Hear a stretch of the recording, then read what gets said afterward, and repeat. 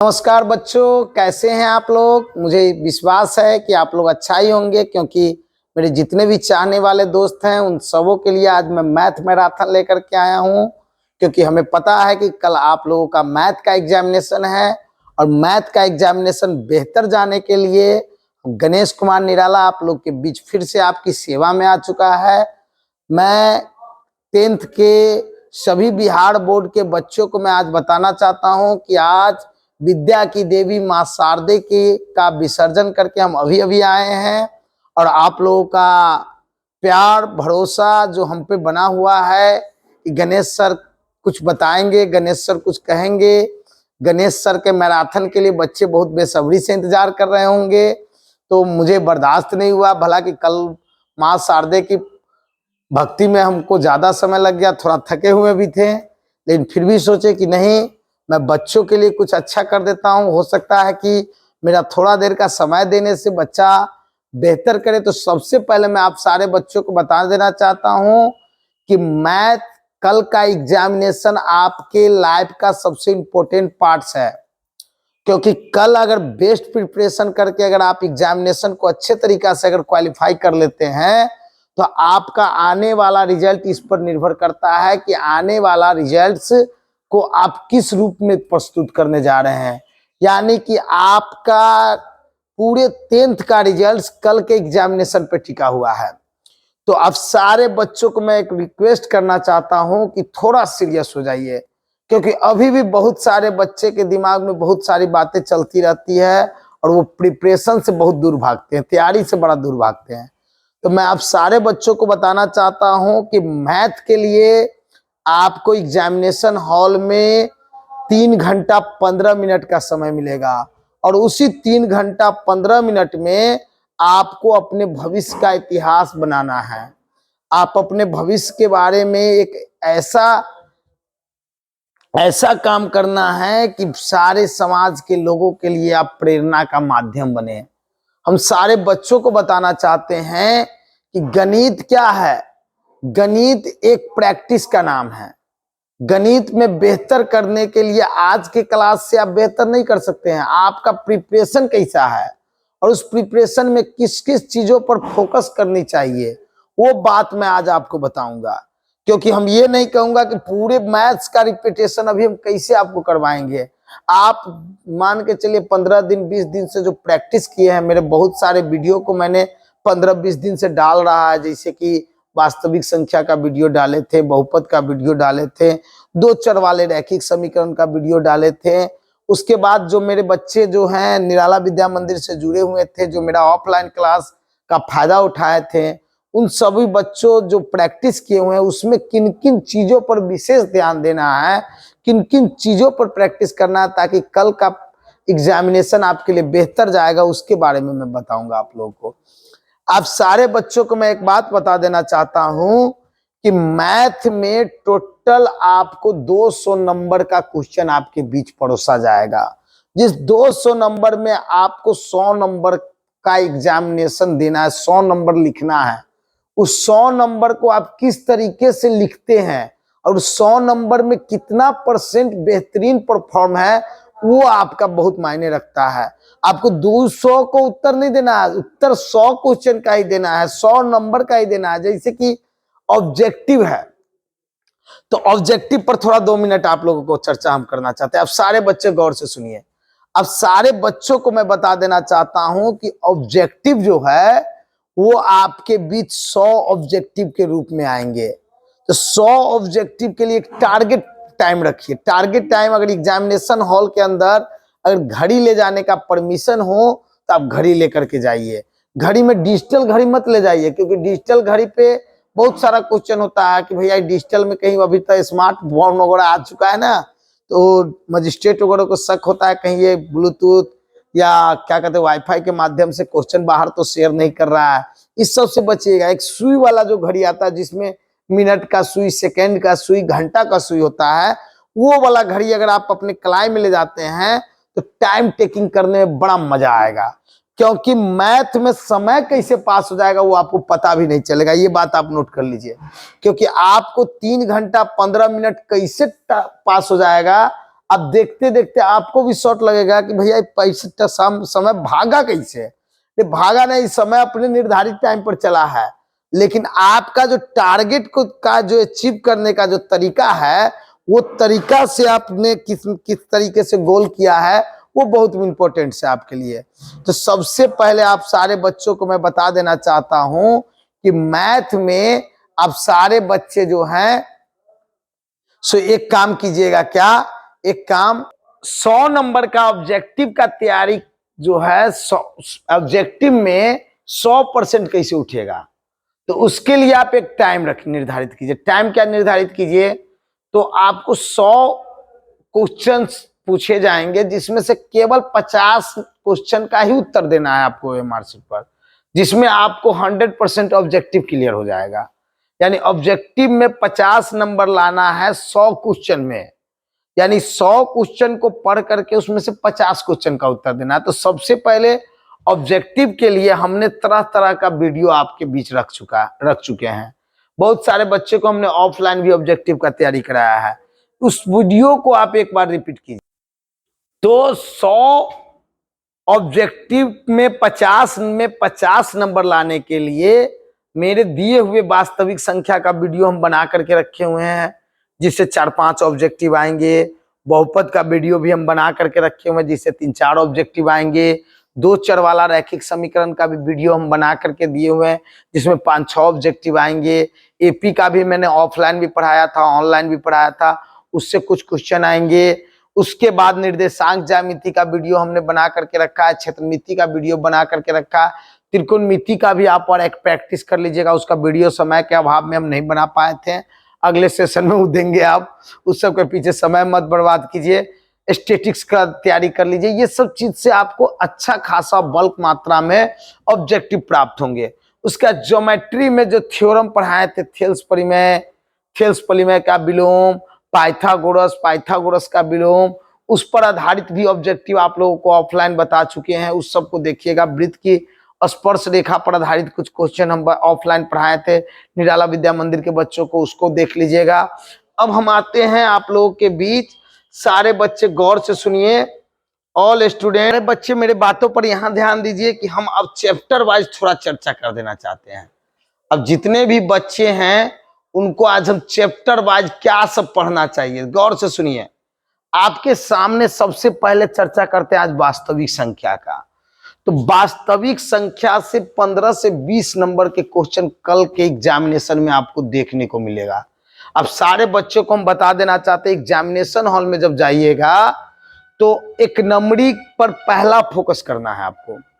यानी exam hall के अंदर जाइएगा, कॉपी फिलअप कीजिएगा, कॉपी के जस्ट पीछे रफ पन्ना पर sign, cos, sec, cosec, tan, cot के 0 डिग्री का मान, 30 डिग्री का मान, 45 डिग्री का मान, 60 डिग्री का मान और 90 डिग्री का मान, ये पहले निकाल करके रफ पन्ना पर रख लीजिएगा। और रफ पन्ना पर ही आप वो ऐसे काम कर लीजिएगा जिस क्वेश्चन को सॉल्व करने में आपको दिक्कत होता है। जैसे दूरी सूत्र में आपको अगर फंसते हैं तो 2 बिंदुओं के बीच की दूरी लिख लीजिए। विभाजन सूत्र में अगर आप फंसते हैं तो विभाजन सूत्र लिख लीजिए। क्षेत्रमिति का कोई क्वेश्चन आपको नहीं आ रहा है, उसका क्या फॉर्मूला होना चाहिए, छिन्नक, बेलन, बहुत सारी बातें हैं, तो उनको देख लीजिएगा। वास्तविक संख्या में मेन टॉपिक आपका क्या है वो सुन लीजिए। वास्तविक संख्या में सबसे पहला टॉपिक है यूक्लिड का HCF। ये जरूर देख करके जाइएगा बउआ, यूक्लिड का HCF ये आपका बहुत VVI है। ये बहुत ज्यादा पूछता है कि 2 संख्याओं का मौस यूक्लिड विभाजन एल्गोरिथम से ज्ञात करें। ये 2 नंबरी में पूछेगा, याद रखिएगा। 2 नंबरी, 5 नंबरी, ये दोनों मायने रखता है। उसके बारे में कैसे लिखना है वो हम बताएंगे, पहले क्या सब देखना है वो देख लीजिए। यूक्लिड का HCF एक बार देख लीजिएगा। और दूसरा नंबर में अभाज्य गुणनखंड, अभाज्य गुणनखंड करना, जैसे कि 5 का, जैसे कि मान के 8 का अभाज्य गुणनखंड 2 गुने 2 गुने 2 होता है, 10 का अभाज्य गुणनखंड 2 गुने 5 होता है। तो अभाज्य गुणनखंड करना सीख तो देख ही लीजिएगा। और अभाज्य गुणनखंड विधि से याद रखिएगा, अभाज्य गुणनखंड विधि से HCF और एलसीएम निकालना जरूर देख लीजिएगा, यानी मौसा और लौसा। ये हम वीडियो में भी दिखाए हुए हैं, ऑब्जेक्टिव का वीडियो, मेरा जितना ऑब्जेक्टिव का वीडियो है उस सबको देखिएगा। तीसरा नंबर में है अपरिमेय संख्या को सिद्ध करना। ये जरूर पूछेगा कि √5 एक अपरिमेय संख्या सिद्ध करे, √3 एक अपरिमेय संख्या सिद्ध करें, चाहे 3√2 एक अपरिमेय संख्या सिद्ध करें, चाहे 5 - √2 एक अपरिमेय संख्या सिद्ध करें। तो अपरिमेय संख्या को सिद्ध करने का कैसे तरीका है वो तरीका देख करके बउआ आप लोग जाइएगा। और लास्ट क्या है, शांत और अशांत दशमलव। शांत और अशांत दशमलव जरूर देख लीजिएगा, इसको समझ करके जाइएगा। अशांत दशमलव, क्योंकि कल के एग्जाम में यूक्लिड का HCF अभाज्य गुणनखंड से मौसा लौसा अपरिमेय संख्या को सिद्ध करने का प्रोसेस, ये सब आप सारे बच्चों को मैं बता देना चाहता हूं कि कुछ हमने, आप सारे स्टूडेंट गौर से देखिए, जैसे कि आपके बीच हम रख रहे हैं, जैसे 1 मिनट हम दिखा रहे हैं आप लोगों को, थोड़ा सा धुंधला दिखाई देता होगा, लेकिन यूक्लिड का HCF कैसे बनेगा देखिए। जब दो संख्या दिया रहे 135 और 225, 135 और 225 का अगर HCF निकालना है तो 135 से बड़ा है 225, तो इसीलिए यूक्लिड विभाजन परिमेय से A = BQ + R। अब देखिए 135 में भाग देंगे 225 को, पहले गौर से सुनिए, हम शॉर्टकट में बताएंगे क्योंकि आज मेरा मैराथन है, तो इसको एक तरीका से बताने जा रहे हैं। जैसे 135 को हम 225 में भाग दिए, तो एक मरतबे अगर भाग दिए तो 135 से का 135 तो हो गया, 5 में से 5 गया 0, 12 में से 3 गया 9। अब ये घेर करके यहाँ पर 135 उतार दिए, 190 का 90। अब आइए 135 में से 90 गया तो 45, फिर ये 90 यहाँ उतार दिए, तो 90 उतार दिए तो 45 दूना 90। अब आइए पूरा पूरी कट गया, तो यानी इसका मौसा हो गया 45। तो ये तो सामान्य भाग विधि से हम मौसा निकाले हैं। इसी के आधार पर आपको यूक्लिड का मौसा कैसे निकलता है, तो A = BQ + R। जिसमें हम भाग देते हैं उसको A कहते हैं, और जिससे भाग देते हैं उसको B कहते हैं। तो 225 हो गया A, और 135 हो गया B, और Q हो गया 1, और R हो गया 90। फिर 135 हो गया A, 90 हो गया B, Q हो गया 1, और R हो गया 45। फिर 90 हो गया A, 45 हो गया लास्ट वाला B, और Q हो गया 2, R हो गया 0। ये आपको हमेशा एग्जामिनेशन में पूछे जाते हैं।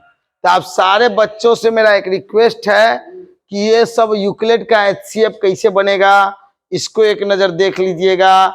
इसका PDF हमने आप लोगों के व्हाट्सएप ग्रुप पे डाल दिया है कि सारा क्वेश्चन का सॉल्यूशन का PDF जहां तक हमसे संभव हो पाया हमने डाल दिया है, इसको आप एक नजर जरूर देख लीजिएगा। दूसरा नंबर कि आप सारे बच्चों को मैं बताना चाहता हूं कि वास्तविक संख्या में HCF यूक्लिड का और अभाज्य गुणनखंड का, LCM अभाज्य गुणनखंड विधि का भी देख लीजिएगा। उसके बाद अपरिमेय संख्या को सिद्ध कैसे करना वो एक नजर देख लीजिएगा, क्योंकि हम बता चुके हैं ऑफलाइन वाले बैच में, हमने आप लोगों को बताया था अपरिमेय संख्या को सिद्ध करने का तरीका। और दूसरा नंबर, अब सारे बच्चों को बिना लंबी विभाजन प्रक्रिया किए जब कोई परिमेय संख्या का शांत या अशांत पूछे तो आप लोग को बताए हुए हैं कि बट्टा के नीचे वाले को अभाज्य गुणनखंड विधि में तोड़ देंगे। तोड़ने पर अगर केवल 2 या केवल 5 प्राप्त हो, या 2 और 5 दोनों प्राप्त हो, तो उसका दशमलव प्रसार शांत होता है, या नहीं तो 2 और 5 के अलावा कोई अन्य अभाज्य संख्या प्राप्त हो तो उसका दशमलव प्रसार अशांत होते हैं। आप सारे बच्चे इस पे जरूर फोकस कर लीजिएगा।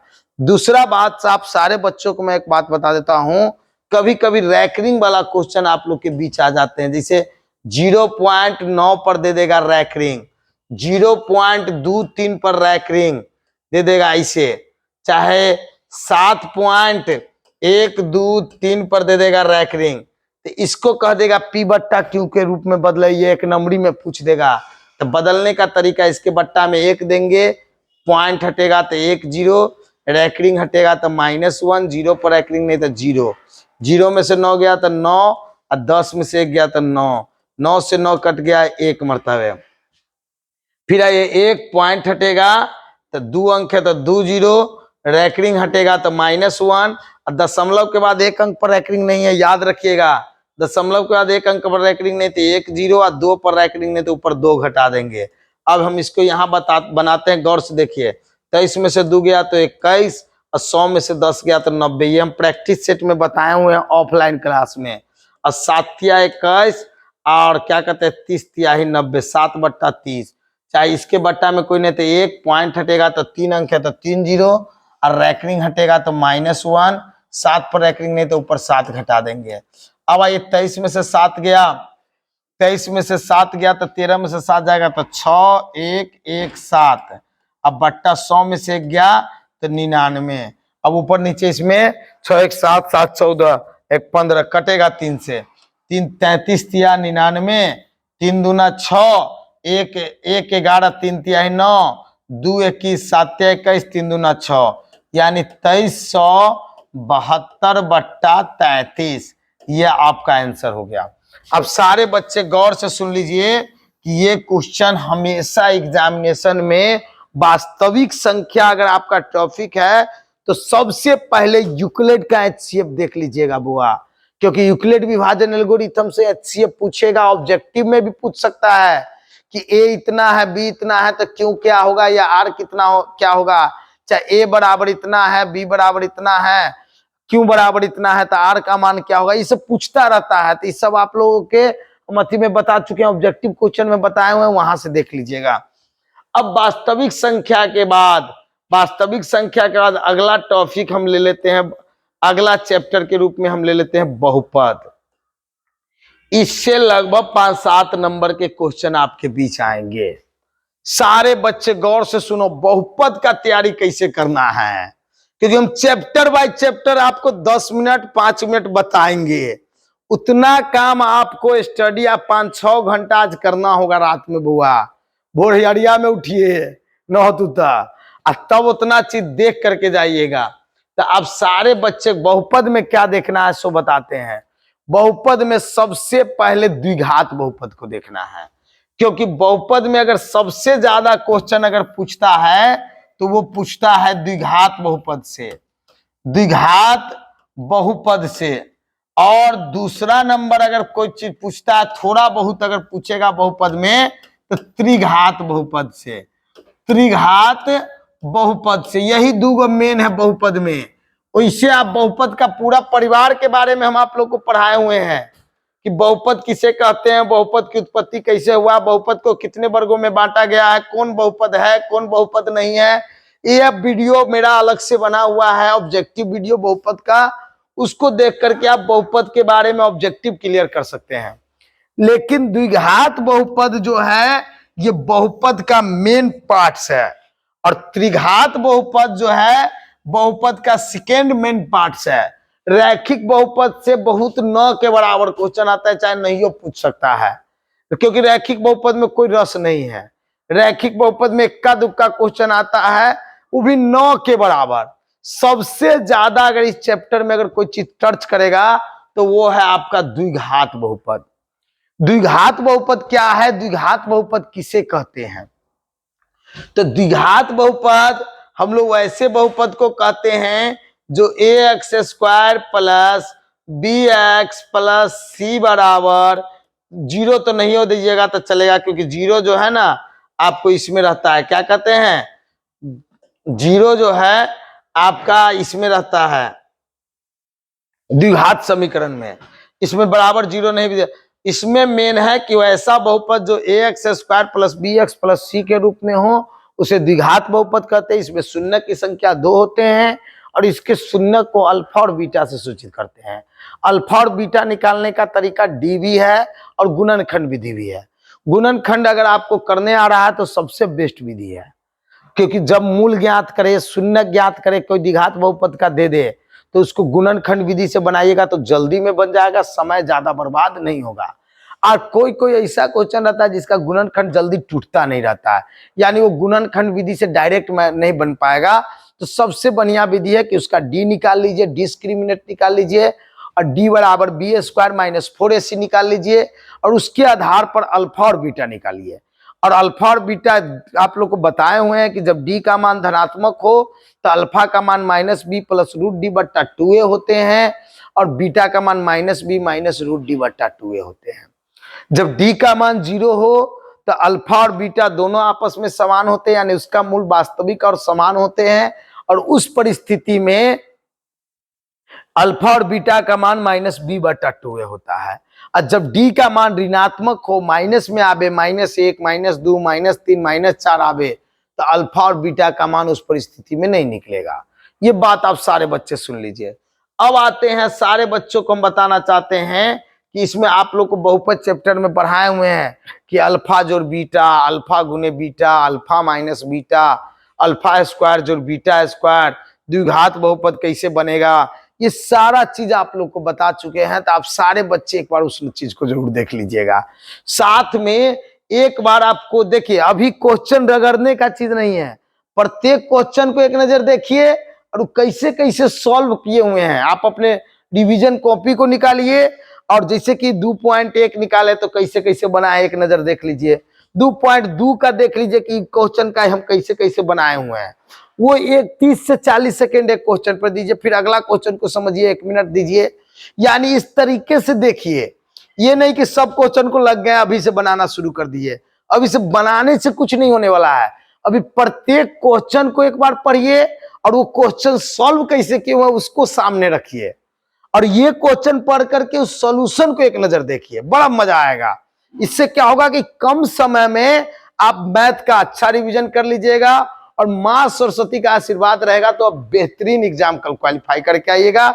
हमारा आशीर्वाद आप सारे बच्चों के साथ है। अब सारे बच्चे गौर से सुन लीजिए, त्रिघात बहुपद को भी एक नजर देख लीजिएगा, क्योंकि त्रिघात बहुपद से छोटा छोटा क्वेश्चन आएगा कि एक त्रिघात बहुपद दे देगा, कहेगा इसका शून्यक का योग क्या होगा, यानी अल्फा जोड़ बीटा जोड़ गामा बराबर क्या होगा। दो शून्यकों के गुणनफल का योग क्या होगा, यानी अल्फा बीटा जोड़ बीटा गामा जोड़ गामा अल्फा क्या होगा। चाहे तीनों शून्यकों का गुणनफल क्या होगा, तो एक नजर उसी पर देना है। यानी कि आप सारे बच्चे भाग विधि पढ़ाए थे, आप लोगों से रिक्वेस्ट है कि बहुपद में द्विघात बहुपद कैसे निकाला जाता है। जब शून्यक का योग यानी अल्फा जोड़ बीटा दिया रहे, चाहे शून्यक का गुणनफल जब अल्फा गुने बीटा दिया रहा है, पूछ दे द्विघात बहुपद ज्ञात करे, तो आसान है, एक्स स्क्वायर माइनस अल्फा जोड़ बीटा एक्स प्लस अल्फा गुने बीटा पर। ये सब क्वेश्चन आपको एग्जामिनेशन में आएगा। एक नजर आप सारे बच्चों से मैं कहूंगा कि मेरे बहुपद के वीडियो को जो हम बना करके रखे हैं उसको एक नजर देखिएगा और उसके देखने के साथ साथ 2 पॉइंट, अब सारे बच्चे 2.2 को बढ़िया से एक नजर मार दीजिएगा और 2.3 को एक बार देख लीजिएगा। इसको रिवाइज नहीं कीजिएगा, मतलब क्वेश्चन को 1 से 2 बार पढ़िएगा और वो कैसे कैसे सॉल्व हुआ वो देख लीजिएगा। और मेरा प्रैक्टिस सेट जो हमने ऑफलाइन के क्लास में आप सारे बच्चों को बताए थे कि ऑफलाइन के क्लास में मूल निकालना यानी शून्यक निकालना सिखाए थे, मूलों का योग, मूलों का गुणनफल निकालना सिखाए थे।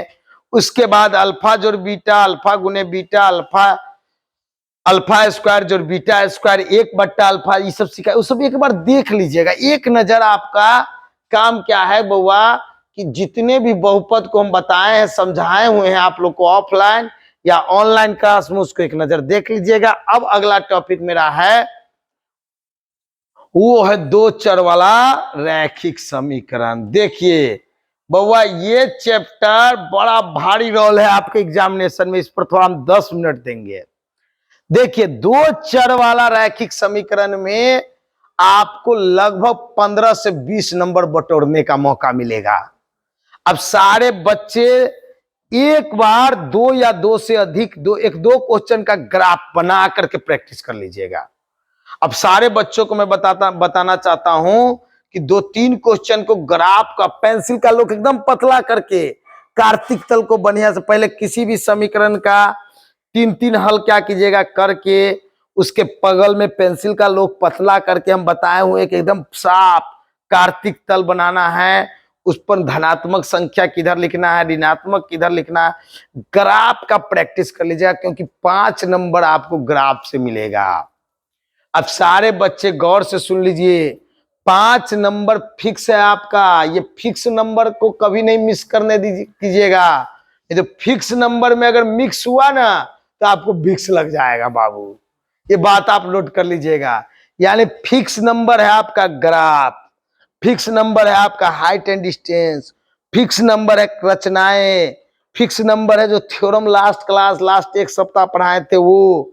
बहुत सारे बच्चे लास्ट क्लास में भागे हुए थे, खैर कोई बात नहीं है। भागे हैं तो इसका मतलब ये थोड़ी हुआ कि आप मेरे दिल से बाहर चले गए। आप सारे बच्चे मेरे दिल में हैं। अब सारे बच्चों के लिए गणेश सर एकदम अपना दरवाजा खोल के रखे हुआ है।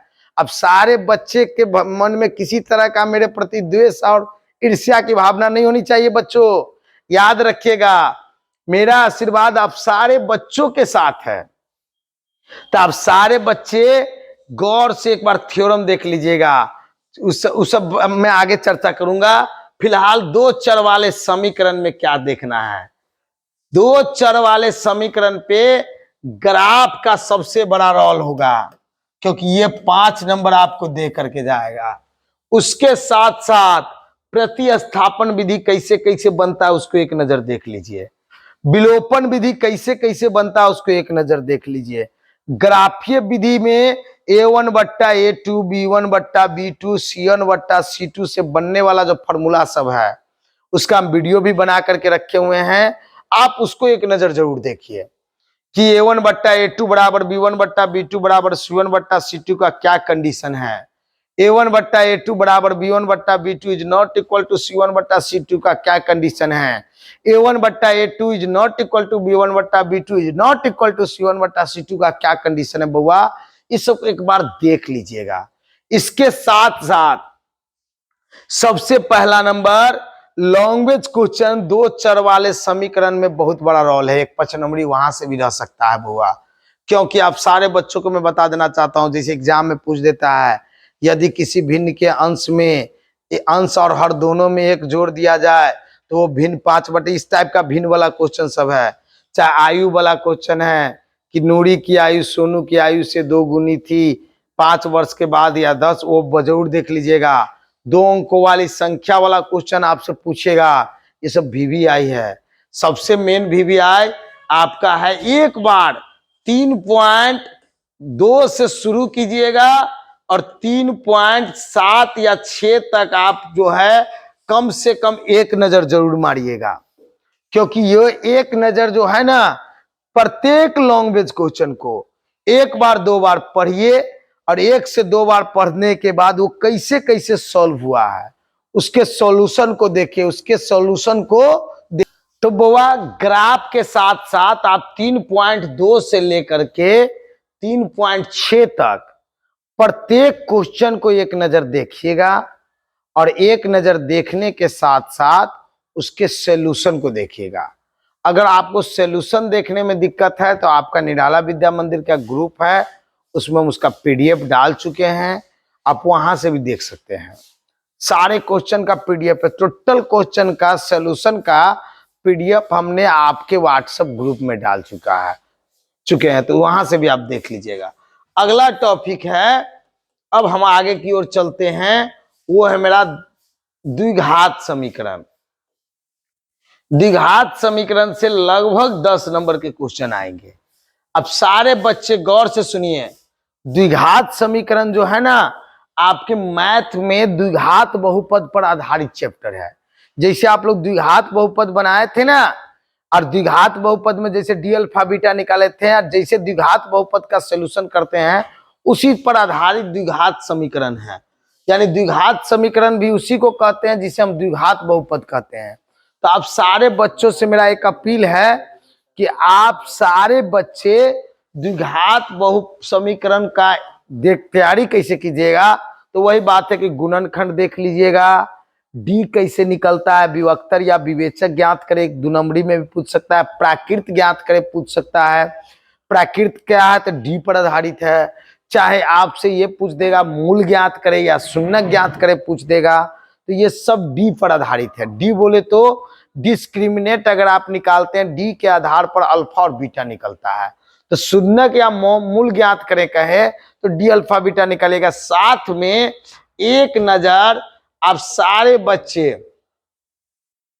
4.1 में आपको यह बताया गया है कि कौन द्विघात समीकरण है और कौन द्विघात समीकरण नहीं है, और उस पर आधारित कुछ क्वेश्चन हमने आप लोग को ऑफलाइन में पढ़ाया था, वहां से देख लीजिएगा। 4.2 में सुनिए, 4.2 जो आपका है ना बीटीसी बुक का, उस 4.2 में आपको गुणनखंड विधि से शून्य निकालने का सिखाए हुए थे, वो एक नजर आप उस पर देख लीजिएगा। साथ ही 4.2 में दूसरा छोड़ दीजिएगा क्योंकि उदाहरण से लिया गया है। तीसरा नंबर 4.2 में पहला तो सब देख लीजिएगा, पहला का सभी क्वेश्चन आप देख लीजिएगा। उसके बाद question number 3, question number 4, question number 5, ये जरूर एक नजर देख लीजिएगा, ये बहुत काम करेगा। 4.3 में सारा क्वेश्चन वीवीआई है, यानी ये वीवीआई चैप्टर है द्विघात समीकरण का। इसको एक नजर बउआ मेरे प्यारे बच्चों, एक नजर जरूर इसके, जैसे इसमें रेलगाड़ी का क्वेश्चन है, उसके बाद दो वर्गों का क्षेत्रफल का योग है, चाहे बड़ी संख्या छोटी संख्या पर आधारित क्वेश्चन है कि दो संख्याओं के वर्गों का योग इतना है, छोटी संख्या का वर्ग बड़ी संख्या का 8 गुना है। ये बहुत वीवीआई चैप्टर है। तो आप सारे बच्चों से मेरा एक रिक्वेस्ट है कि इसका भी सोल्यूशन हम आपके पीडीएफ में डाल चुके हैं, आप वहां से जरूर देखिएगा, क्योंकि अभी आप सारे बच्चों को बता देते हैं कि आपको तैयारी क्या करना है। टोटल मैथ को क्वेश्चन को पहले दिमाग में बैठाइए, और उस दो क्वेश्चन का सोल्यूशन कैसे होगा, उस क्वेश्चन को हल कैसे करना है। अगर उसका कॉपी आप रखे हुए तो उस कॉपी से उसका सोल्यूशन देखिए, और कॉपी नहीं रखे हुए तो मेरे पीडीएफ फाइल से उसका सोल्यूशन देखिए। हमें भरोसा है कि कल का एग्जामिनेशन आप बेहतर ही जाइए, लेकर के जाइएगा। आगे देखते हैं, आगे देखिए, गौर से सुनिए। आगे है आपका समानांतर श्रेणी। ये समानांतर श्रेणी से 4-5 क्वेश्चन ऑब्जेक्टिव में, 1 से 2 क्वेश्चन 2 नंबरी में आएंगे। इसमें आप लोगों को हमने इसका वीडियो भी बना करके डाल दिया था, और उसके साथ साथ आप सारे बच्चों को समानांतर श्रेणी का मटेरियल भी दिए थे, प्रैक्टिस सेट भी दिए थे। इसमें करना कुछ नहीं रहता, इसमें प्रथम पद देखना है कि कौन है, इसके बीच का अंतर सार्वंतर क्या है, सार्वंतर के बाद दे देगा एग्जाम में कि कौन एपी में है कौन एपी में नहीं है। तो उसके लिए हम आप लोग को बताए थे कि A2 - A1, इसका हमने वीडियो दिया था, बराबर A3 - A2 बराबर A4 - A3, जिसका तीनों पक्ष यानी सार्वंतर समान हो वो समानांतर श्रेणी में है, जिसका सार्वंतर समान नहीं हो वो समानांतर श्रेणी में नहीं है। दूसरा नंबर कि आपको समानांतर श्रेणी से पूछ देगा, कोई भी एपी दे देगा, कहेगा कि इसका सार्वंतर ज्ञात कीजिए। इसका हमने वीडियो बना करके आप लोग के बीच रख दिया है। उसके बाद आपसे कोई भी वीडियो दे दे, कोई भी क्वेश्चन दे देगा और कहेगा कि इस एपी का 5वां पद निकालिए, 10वां पद निकालिए, चाहे कैवां पद ये है कैवां पद वो है। उसके लिए आप मेरे प्रैक्टिस सेट के साथ साथ एक नजर आप सारे बच्चे आज के कल दिन आपको सिर्फ एक नजर टोटल क्वेश्चन को समझना है और टोटल क्वेश्चन के सॉल्यूशन को समझना है कि कौन क्वेश्चन कैसे कैसे बनता है। थोड़ा थोड़ा इस सब को एक बार एक नजर देखिएगा तो आपको समानांतर श्रेणी से जुड़ा हुआ टोटल क्वेश्चन कंप्लीट हो जाएगा। अगला आगे की ओर बढ़ते हैं। आगे है आपका निर्देशांक ज्यामिति। देखिए गौर से, अब सारे बच्चे गौर से सुनिए, निर्देशांक ज्यामिति के बारे में आप सारे बच्चों को बताते हैं। तो निर्देशांक ज्यामिति से हम आप लोग को बताए हुए हैं कि ये कार्तिक तल पर आधारित चैप्टर है। इसका हमने वीडियो भी बनाकर दिया था, इसके बारे में समझाए भी हुए थे। निर्देशांक ज्यामिति से आप सॉलिड 15 से 20 नंबर ले सकते हैं। ये एक ऐसा चैप्टर है जिससे 1 नंबरी और 2 नंबरी मिलाकर 15 से 20 नंबर क्वेश्चन रहेंगे। इसमें क्या क्या मेन चीज है, तो 2 बिंदुओं की बीच की दूरी, ये जरूर देख लीजिएगा कि 2 अलग अलग बिंदुओं का निर्देशांक जब दिया रहे तो उसकी बीच की दूरी निकालना कैसे जाता है, चाहे मूल बिंदु के साथ किसी भी बिंदु के बीच की दूरी कैसे निकालना है वो देख लीजिएगा। चाहे कोई आकृति की पहचान करने के लिए कह दे, 3 बिंदुओं का निर्देशांक दे दे, अब पूछ दे कि बताइए कि यह किस त्रिभुज के सिर से, उसको एक नजर देखिएगा। चाहे सबसे ज्यादा विभाजन सूत्र है, विभाजन सूत्र में दो बिंदुओं का निर्देशांक दिया रहेगा और कहेगा कि इसके मध्य बिंदु का निर्देशांक क्या है। ये ज्यादातर एक नंबरी में आते हैं, मध्य बिंदु का निर्देशांक। मध्य बिंदु का निर्देशांक अगर आपसे पूछे, चाहे त्रिभुज के तीनों बिंदु का निर्देशांक दे दे और उसके केंद्रक का निर्देशांक क्या है, तो इसका हमने एक बेहतरीन वीडियो बना करके डाला है। एक नजर उस वीडियो को देखने के साथ साथ अब सारे बच्चों का हम ज्यादा समय न लेकर के मेन पॉइंट पर आते हैं। 7.1 को एक नजर देखिएगा, सिर्फ देखना है। क्वेश्चन को दो बार एक बार पढ़िए और उस कैसे कैसे सॉल्व किए हुए हैं, उसके सोल्यूशन को आज का रात जो है ना, सिर्फ नजर गड़ाने का रात है। क्वेश्चन पे नजर और उसके सोल्यूशन पे नजर गड़ाइए और अपने दिमाग को थोड़ा खोलिए और उसमें स्टोरेज कीजिए, ताकि वो सारा टैलेंट आपको कॉपी पे कल उछाल देना है। अब आइए 7.1 के बाद, आइए 7.1 के बाद 7.2 में थोड़ा बहुत क्वेश्चन है जिसको आप देख लीजिएगा। जैसे कि क्वेश्चन नंबर 1 जरूर देख लीजिएगा।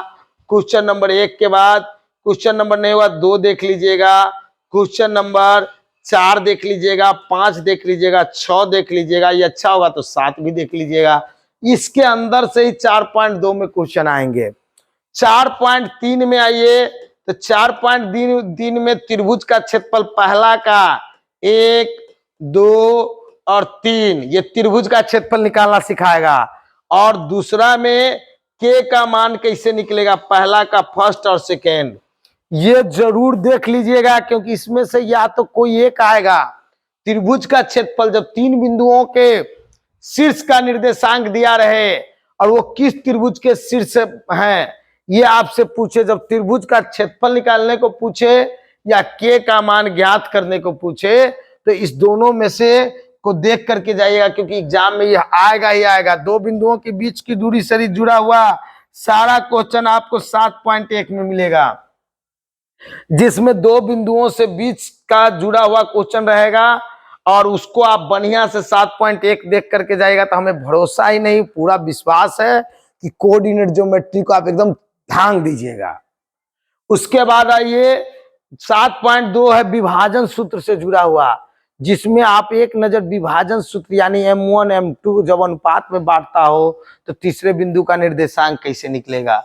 और 7.3 जो है वो क्षेत्रफल से जुड़ा हुआ है, इसके बारे में आप सारे बच्चे एक नजर देख लीजिएगा। आगे आते हैं, अगला चैप्टर है, आप अगला टॉपिक है मेरा त्रिकोणमिति। ये आपके कल के रिजल्ट का गेम चेंजर चैप्टर है। यह आपके रिजल्ट को जमीन से उठा के आसमान पे पहुंचा सकता है। इस चैप्टर को हल्का में मत लीजिए।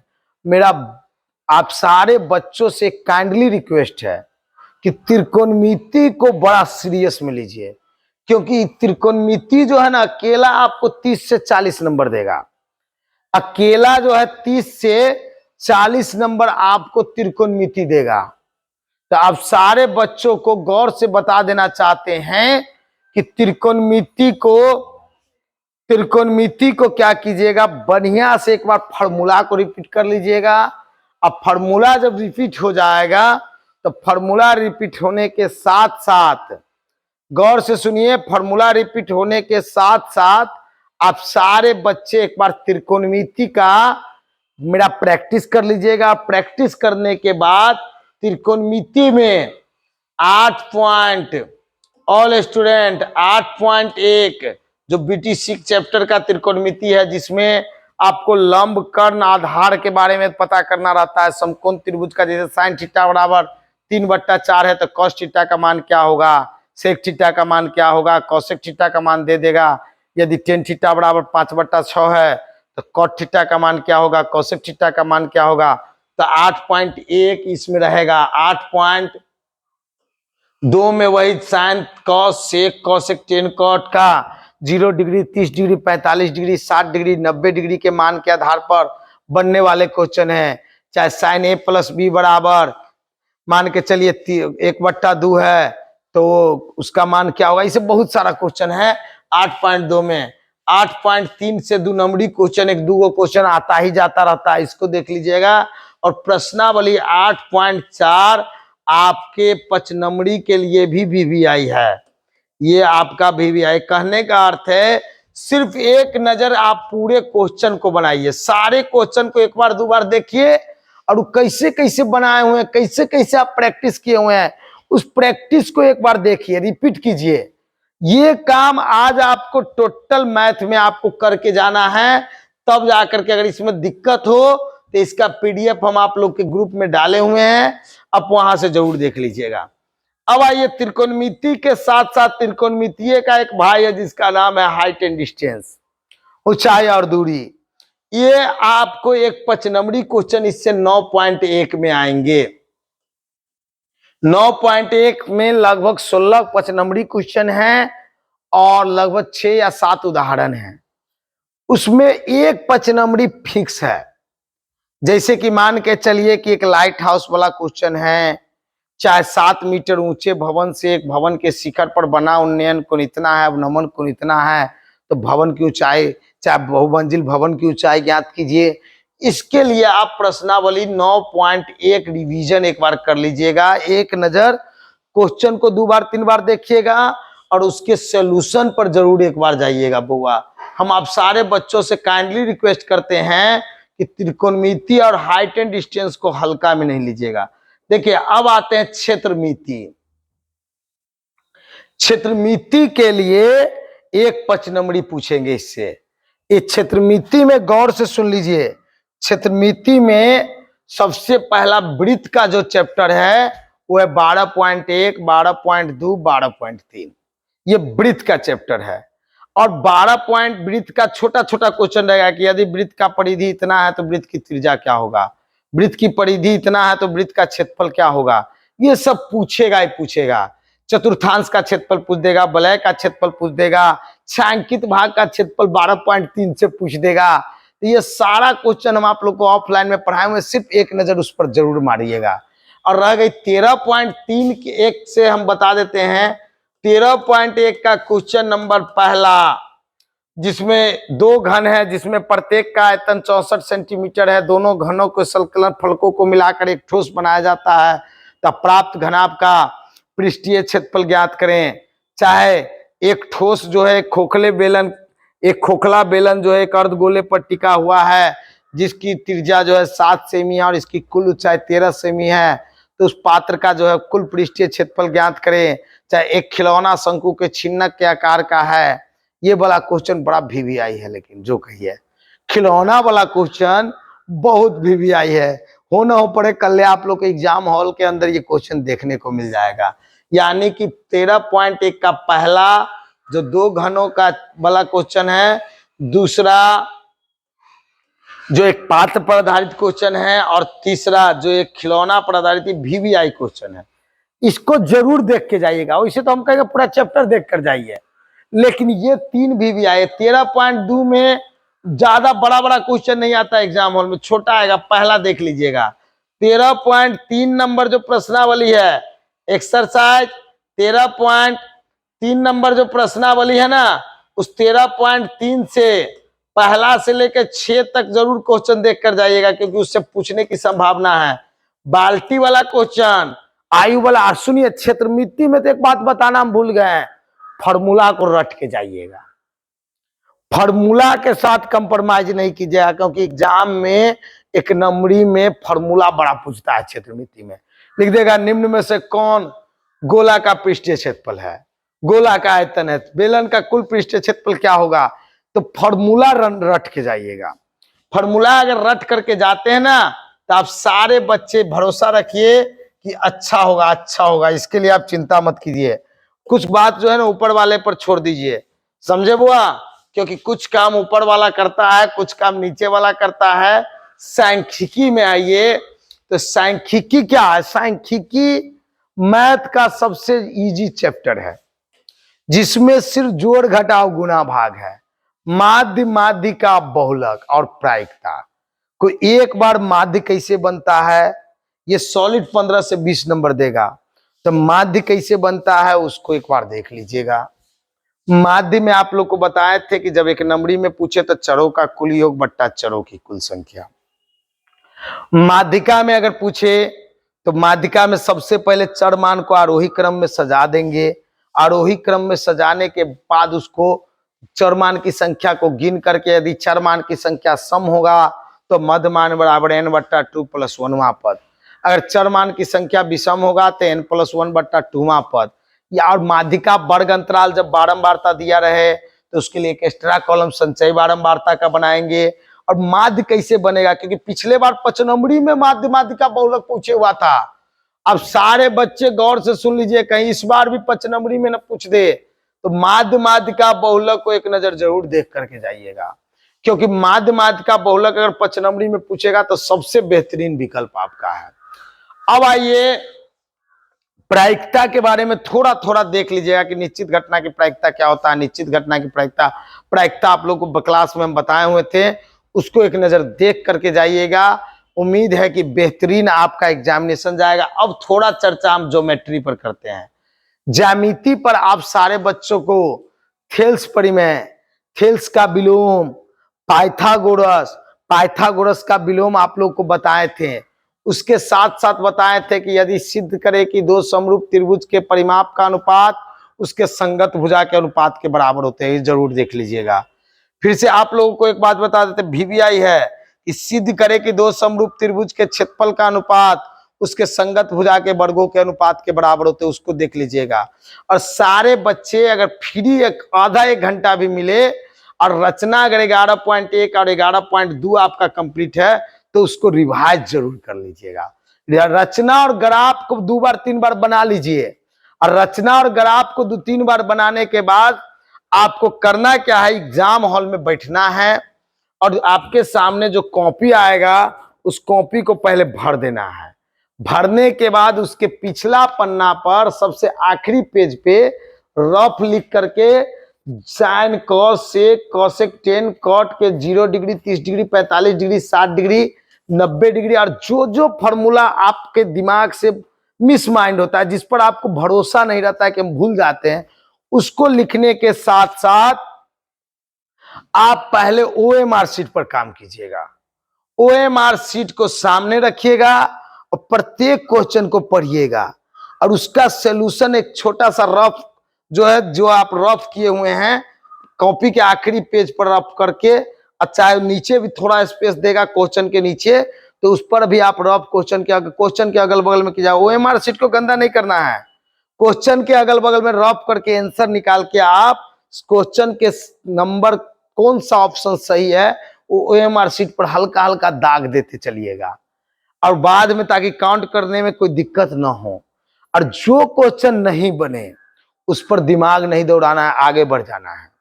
आप सारे बच्चे समझ लीजिए कि जो क्वेश्चन आपसे नहीं बन रहा है उसके पीछे ज्यादा समय बर्बाद नहीं करना है।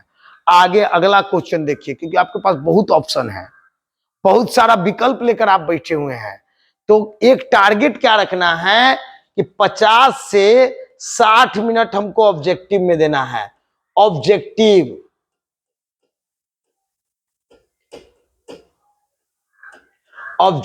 में ऑल स्टूडेंट गौर से ध्यान रखिएगा कि ऑब्जेक्टिव में आपको 50 से 60 मिनट देना है समय।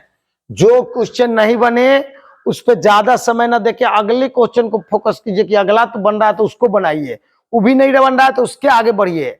इस तरीके से आप बढ़िएगा ना तो 100 तक में आपको 50 को सही बनाना है।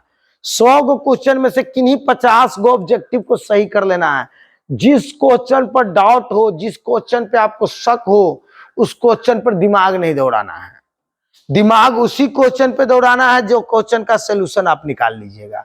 वैसे में क्या होगा, गलत ऑब्जेक्टिव का अगर मार्किंग आप कर देते हैं तो उसका आपका माइनस पॉइंट में चले जाइएगा। अगर 55 को क्वेश्चन का आप उत्तर दिए, उसमें अगर चारों को गलती रहेगा तो आपका 50 में से 4 घट जाएगा। ये आप नोट कर लीजिए। दूसरा नंबर, 50 से 60 मिनट ऑब्जेक्टिव पर देने के बाद OMR शीट को अच्छा से फिलअप 50 से 60 मिनट और लेटेस्ट 70 मिनट तक आप उसको कंप्लीट कर लीजिएगा। उसके बाद सीधा ध्यान आपको ले जाना है कहां, तो रिटेन में। रिटेन में पहला काम 5 नंबरी पे करना है। एक 5 नंबरी पे पहले 8 5 नंबरी, 8 को 5 नंबरी आपके सामने रहेगा। 8 पचनमड़ी में से किन्हीं 4 प्रश्न पचनमड़ी का उत्तर आपको देना है।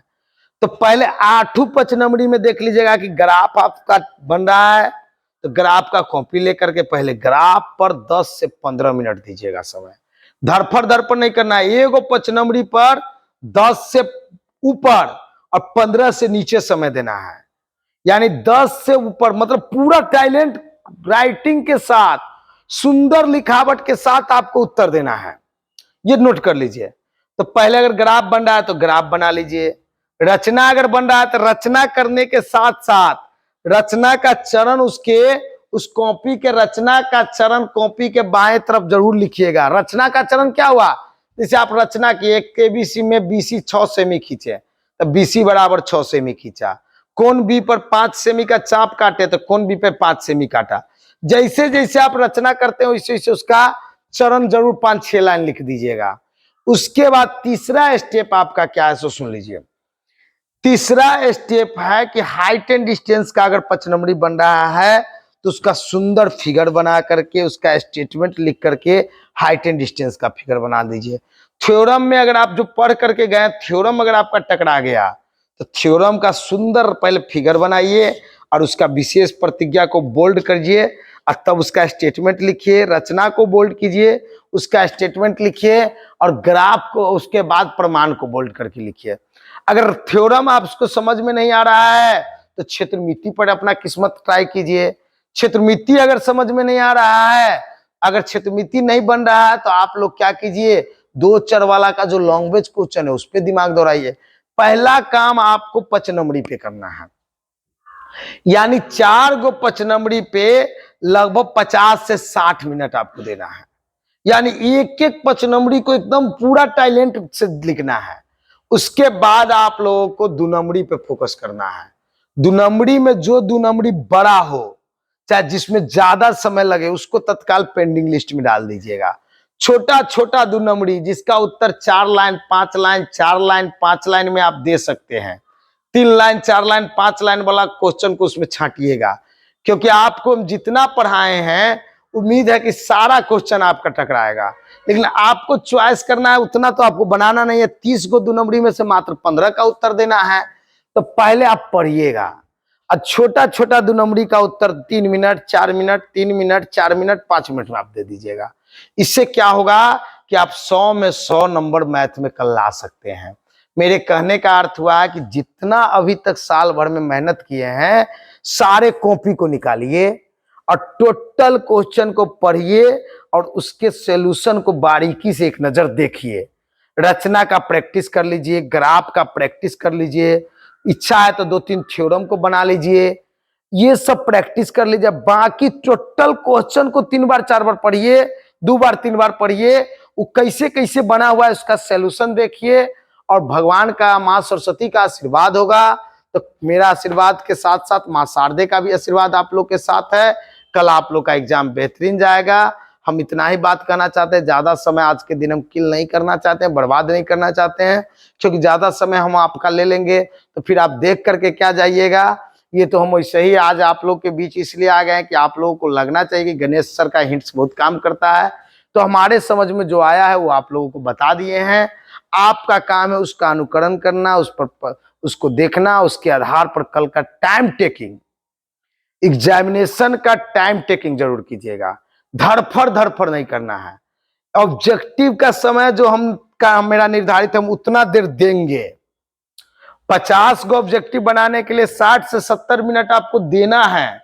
इन्हें कि 40 मिनट में हमको बना लेना, सो नहीं। बेवकूफों का काम है जल्दीबाजी करना।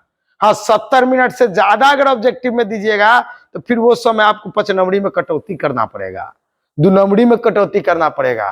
तो इसीलिए टाइम टेकिंग 10 मिनट आगे या 10 मिनट पीछे। ऑब्जेक्टिव का समय निर्धारण कर लीजिए। उसके बाद पहला काम रिटेन में 5 नंबरी दीर्घ उत्तरीय का कीजिए, फिर लघु उत्तरीय का कीजिए और इस तरीके से कीजिए। और कैसा एग्जाम जाएगा हमको जरूर सूचना दीजिएगा। और हम सारे बच्चों से एक रिक्वेस्ट करते हैं, जो भी हमारे निराला विद्या मंदिर के सदस्य हैं, उन सारे बच्चों को मैं बताना चाहता हूं कि आने वाले 5 मार्च से मेरा एक नया क्लास शुरू होने जा रहा है। 6 से लेकर के 10th तक का अलग अलग बैच हम 5 मार्च से बनाने जा रहे हैं। तो आप सारे बच्चों से मेरा एक काइंडली रिक्वेस्ट है कि आप अपने छोटे छोटे भाई बहन को मेरे निराला विद्या मंदिर में भेजिए। हम उसको अच्छा शिक्षा के साथ साथ अच्छा डिजिटल लाइफ के साथ क्लास देंगे और मेरा भरोसा रहेगा कि हम उसको बेहतरीन प्लेटफॉर्म पर ले जाएं। आने वाले समय में वो अच्छा स्टूडेंट बने, उस पर हम कोशिश करेंगे खरा उतरने का। और दूसरा नंबर, आप सारे बच्चे एग्जामिनेशन से जब फ्री हो जाते हैं तो इंग्लिश स्पोकन क्लास मेरे निराला विद्या मंदिर के इसी डिजिटल पैनल पे आइए और मेरे बड़े भैया उमेश भैया के यहाँ आकर के इंग्लिश स्पोकन क्लास कीजिए।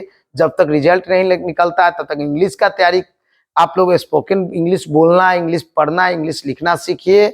और उसके बाद जब रिजल्ट आ जाएगा तो 10+1 और 10+2 का इंग्लिश के तैयारी के लिए मेरे निराला विद्या मंदिर से जुड़िए, मेरे निराला फैमिली से जुड़िए।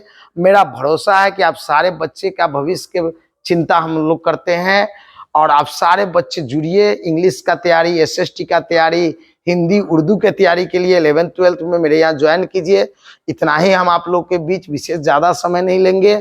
आप लोग जाइए, माँ सरस्वती के साथ साथ मेरा आशीर्वाद आप सारे बच्चों के साथ है। घर पर बैठ करके जितना समझाए हैं उसके आधार पर तैयारी करके कल के एग्जामिनेशन को एकदम रिलैक्स माइंड में, हर खटखट नहीं, धड़फड़ नहीं कीजिएगा, एकदम शांतिपूर्ण दीजिए, बेहतर होगा। Best of luck. इतना ही कह करके अपने बात को हम समाप्त करते हैं। जय हिंद, जय भारत।